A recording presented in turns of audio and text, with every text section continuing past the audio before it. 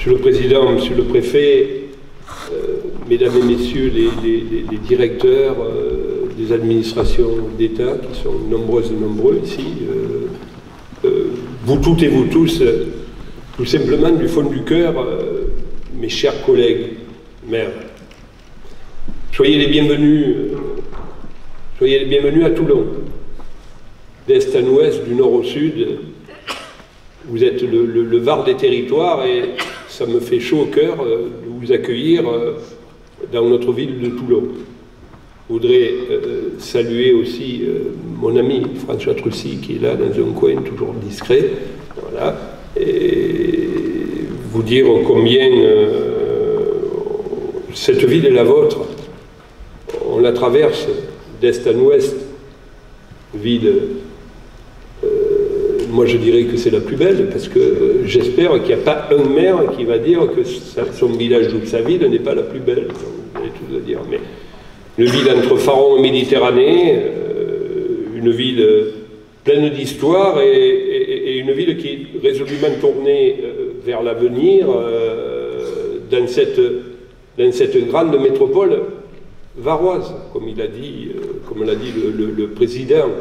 Sachez que d'avoir une métropole Var est une bonne chose parce que cette métropole nous a permis de ne pas être écartelés et que de l'Est à l'Ouest, du Nord au Sud, on parle Var et c'est très bien, croyez-moi, on est ouvert à la complémentarité, mais vous êtes certainement tous attachés à l'identité de votre commune et l'identité de votre département.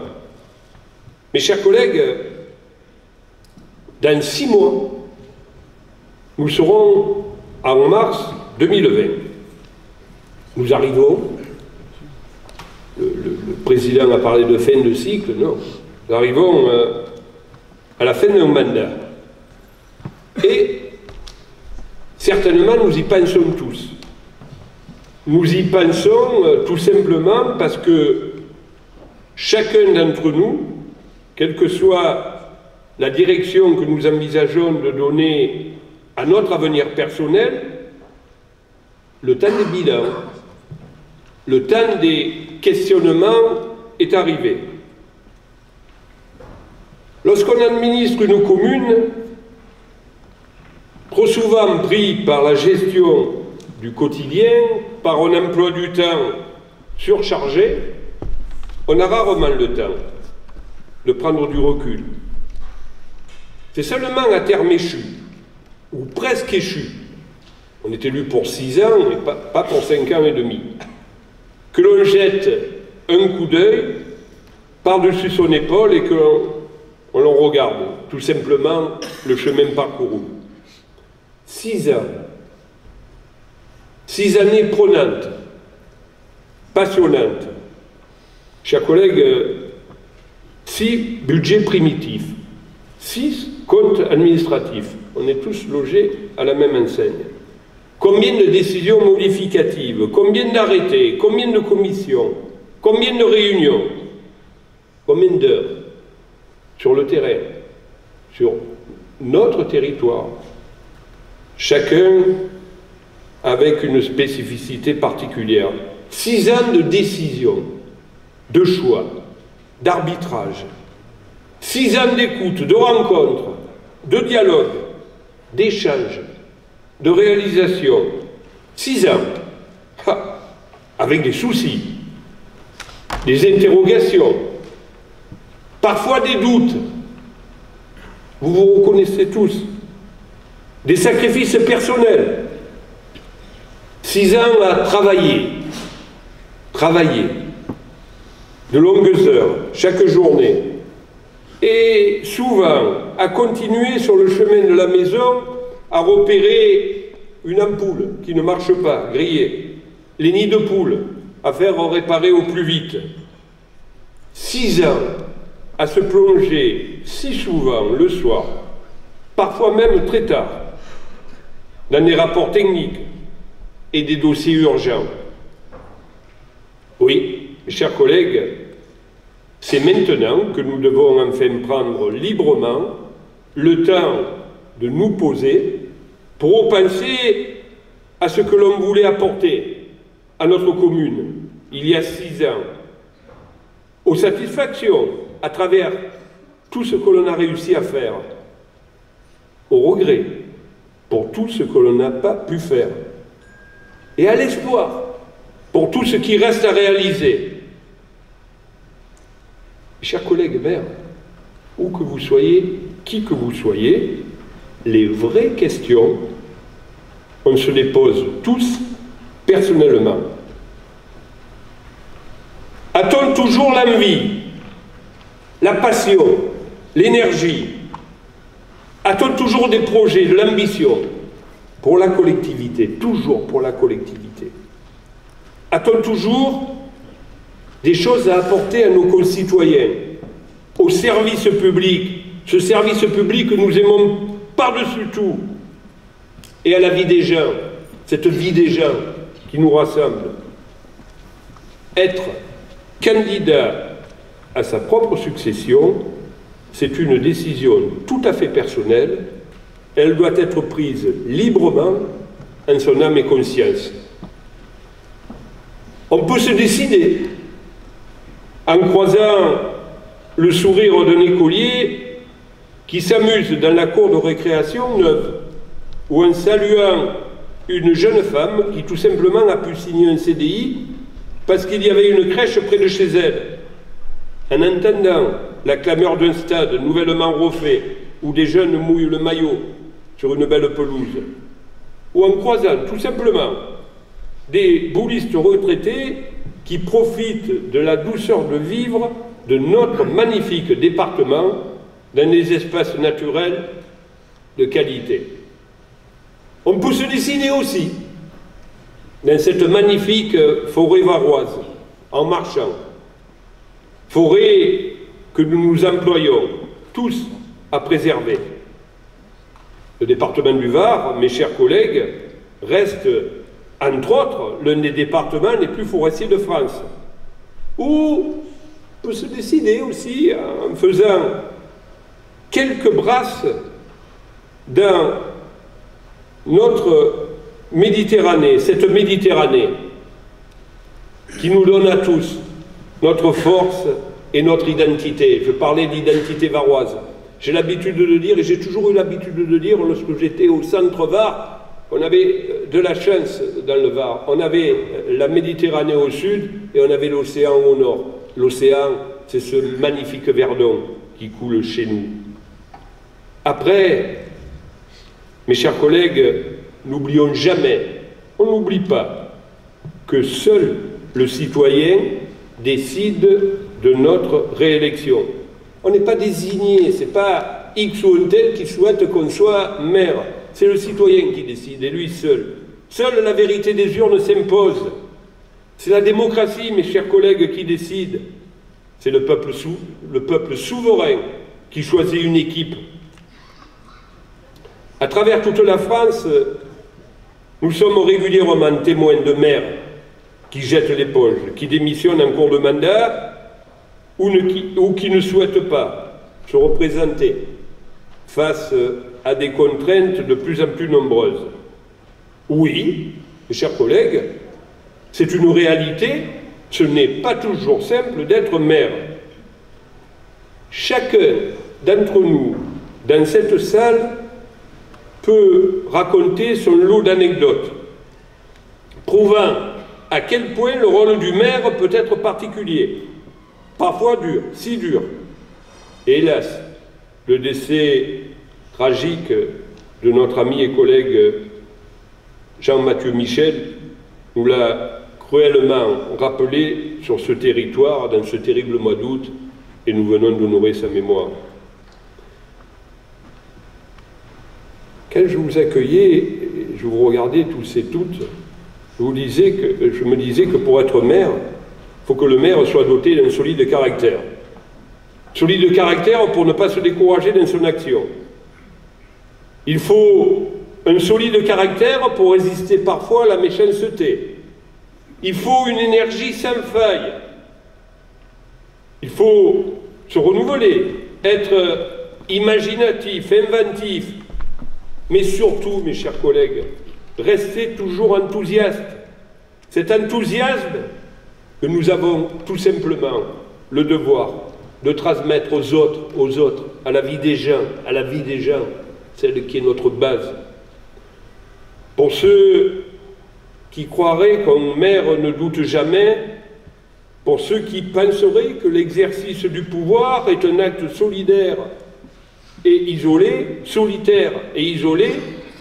je rappelle qu'au contraire, nous sommes avant tout des femmes et des hommes qui privilégient le collectif, l'équipe, dans l'écoute, le dialogue, l'échange. C'est ce lien tissé avec nos concitoyens qui doit nous guider. Et lui seul, il doit nous guider vers la confiance. Parce que quand on a confiance à soi-même, à son équipe, à son territoire. Et c'est le territoire qui en tire les meilleurs profits. Pourquoi ne pas le dire dans cette assemblée de maires? Il nous arrive aussi d'entendre dire que les maires ruraux soient catalogués de petits maires. Pour avoir été un maire rural, celui de mon village natal, je connais toute la lourdeur de la tâche qui est faite souvent de solitude et d'isolement dans nos collectivités, où les fonctionnaires spécialisés sont en nombre restreint. Mais je le dis du fond du cœur, avec conviction, il n'y a pas de petits maires ou de grands maires. Il n'y a pas de maires de petits villages ou maires de grandes villes. Il y a des maires, mes chers collègues, il y a des maires, et nous sommes 36 000 sur ce territoire. Des maires, femmes, hommes, 153 dans ce département, pleins de volonté, investis, convaincus de se battre par-dessus tout pour l'intérêt public et pour la démocratie. Être maire, mes chers collègues, c'est aimer plus que tout son territoire, sa commune, ses habitants. C'est être attaché à la République, à ses valeurs, à la cause publique. Être maire, c'est faire évoluer sa commune, bâtir son avenir, tout en conservant son histoire, son identité, je le disais. C'est assurer la proximité au quotidien. C'est d'essayer d'être visionnaire, imaginatif, créatif. Être maire, mes chers collègues maires, c'est aussi faire du bon sens une pratique courante, de gérer les finances publiques de façon sage et lucide, afin que toujours l'intérêt communal se bâtisse sur des bases solides. Les bases solides, c'est notre terre, c'est la même, elle est varoise, du nord au sud, de l'est à l'ouest. Être maire, c'est être à la fois juriste, comptable, ingénieur, historien, assistante sociale et confident. Être maire, c'est savoir ne pas faire de sa vie privée une priorité. C'est renoncer à son anonymat sans pour autant chercher des honneurs. C'est accepter d'être toujours sollicité. C'est accepter d'être critiqué. N'attendre qu'une chose, l'amélioration de la vie des gens à travers un service public de qualité. Ce service public qui nous est cher, c'est d'essayer de toujours demeurer l'élu de tous. Être maire, et je ne vous l'apprends pas, vous le savez mes chers collègues, c'est travailler en essayant de donner le meilleur de soi-même, toujours avec énergie et volonté. Être maire, c'est avant tout respecter la loi, c'est s'appuyer au quotidien sur des règles démocratiques, car il ne peut pas y avoir de démocratie nulle part sans loi, ni de vie en communauté, vous le savez bien, sans règles. Oui, mesdames et messieurs, mes chers collègues, mes chers amis, vous l'avez très bien compris, les maires sont le premier échelon de notre démocratie. Le pouvoir, quel qu'il soit, vous savez, je cite le pouvoir, c'est celui d'en haut, de tout là-haut. Sans aucune, comme il a changé les alternances droite-gauche, mais le pouvoir est resté toujours le même, il est resté là-haut. Il doit se rappeler que la décentralisation ne peut se faire qu'avec nos territoires. Que la décentralisation, ce n'est pas la recentralisation. Ces territoires, respectueux de notre histoire, de nos traditions, sont garants de l'unité de la nation et de notre cohésion nationale. Oui, mes chers collègues, la France, notre pays, est un grand pays. Un territoire riche de ses 36 000 communes, toutes différentes, toutes uniques, toutes plus belles, je le disais, les unes que les autres. La France, c'est avant tout la France des territoires. Nous, les maires, nous devons être compris, accompagnés, soutenus. Au lieu de nous voir imposer de plus en plus de contraintes, tout en voyant les aides et les dotations qui nous reviennent de droit être toujours réduites. Tout simplement, on nous demande de faire toujours plus avec toujours moins. Je prendrai un exemple qui est d'actualité, mes chers collègues. Le président disait, c'est la dernière Assemblée Générale du mandat de 6 ans, ce mandat dont je vous parlais. Mais bon nombre de maires, comme la loi le permet, votent des budgets en décembre.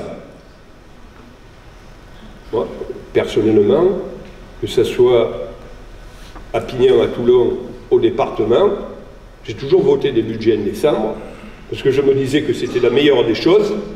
On ne perd pas de temps, on a les moyens de commencer à travailler dès le début de l'année, bien entendu qu'après, on réajuste les budgets avec nos décisions modificatives. Nous ne faisons qu'appliquer la loi. Or, qu'est-ce qui va se passer au mois de décembre lorsqu'on va voter les budgets?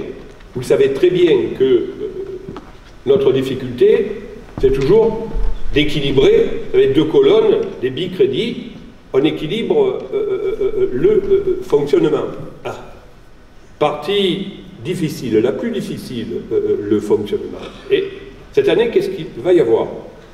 Il va y avoir l'exemple de la taxe d'habitation. Alors, la suppression de la taxe d'habitation est certainement une bonne chose pour nos concitoyens, pour nous tous, pour la vie des gens. Mais nos concitoyens, il ne faut pas les pénaliser indirectement. Si on ne nous compense pas à l'euro symbolique les budgets, sur nos budgets communaux, la suppression de la taxe d'habitation, ça sera toujours le concitoyen qui sera pris en otage, parce que nous, maires, pour équilibrer un fonctionnement, on n'a pas 36 000 solutions. Mais, le soleil, on l'adore, mais il ne nous donne pas des moyens. Le seul moyen, c'est l'impôt.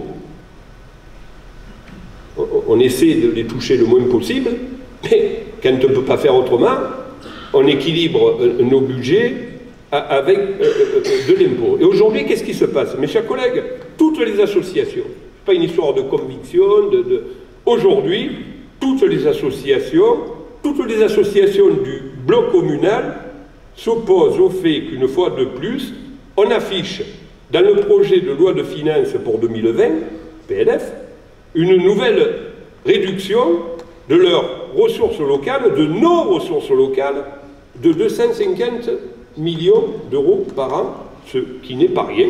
C'est, je vous l'explique, la baisse des bases locatives de la taxe d'habitation ou du foncier bâti.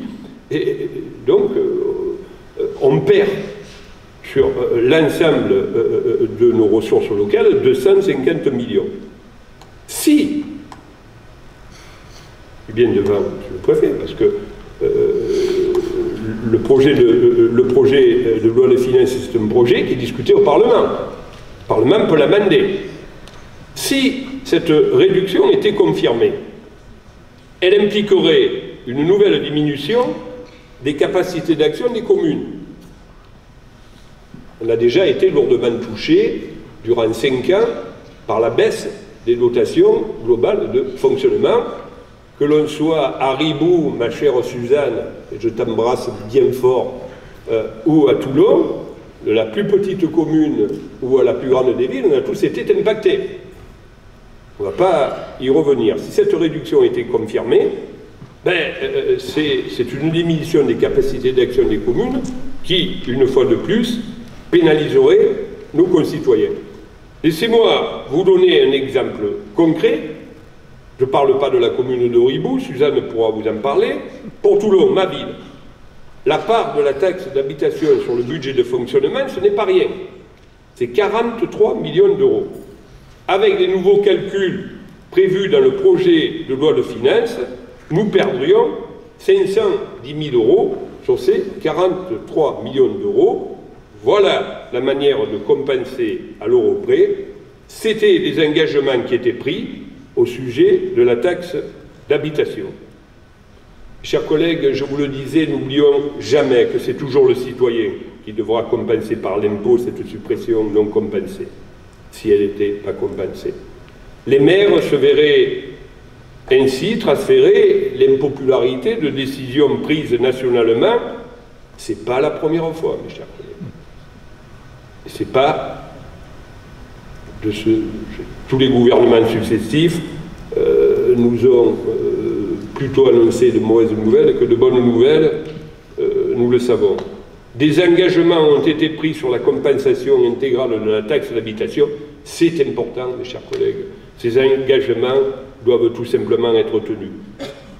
Cette inquiétude, je n'ai pas attendu l'Assemblée générale des maires à Toulon pour l'exprimer. Je l'exprime depuis très longtemps, car, croyez-le, mes chers collègues, l'expérience n'est pas un détail. Vous voyez que ce n'est pas nouveau. J'étais président du Conseil général lorsqu'on nous avait promis aux francs symboliques à l'époque, puisqu'on n'avait pas des euros, on avait des francs, la compensation financière intégrale du transfert des collèges, ce qui n'était pas rien. Chers collègues, je sais ce qui l'en est devenu, c'est tout pour nous. Voilà. Donc, méfions-nous des promesses non tenues. Autre sujet d'importance, mes chers collègues, et si nous n'en parlions pas ce matin, ça serait dramatique. À l'heure où l'urgence, excusez-moi, ce sont des sujets qui touchent notre vie de tous les jours. Ce matin, j'ai décidé de vous dire ce que j'ai sur le cœur. Certes, j'aurais pu vous accueillir, le soleil brille, la Méditerranée est merveilleuse, soyez les bienvenus. Non, c'est une année particulière. On finit 6 ans de mandat. Je crois qu'on a tous pas mal de choses à dire. À l'heure où l'urgence climatique est devenue une évidence pour tous, à l'heure où les grandes déclarations d'intention ne suffisent plus à nos concitoyens, qui aspirent tout naturellement désormais à toujours plus de modernité, mais dans un environnement sain et préservé. Un maire, quel qu'il soit, où qu'il soit, a toujours eu à l'esprit la recherche du juste équilibre entre la préservation d'un environnement naturel exceptionnel et le nécessaire développement de son territoire. Si le Var, notre Var, premier département touristique de France après Paris, est aujourd'hui moins bétonné que nos voisins des Bouches-du-Rhône ou des Alpes-Maritimes, si nos côtes sont plus préservées, si nos forêts recouvrent les 3/4 du département, s'il y a dans notre département une agriculture, une horticulture, une viticulture de qualité, on peut en parler.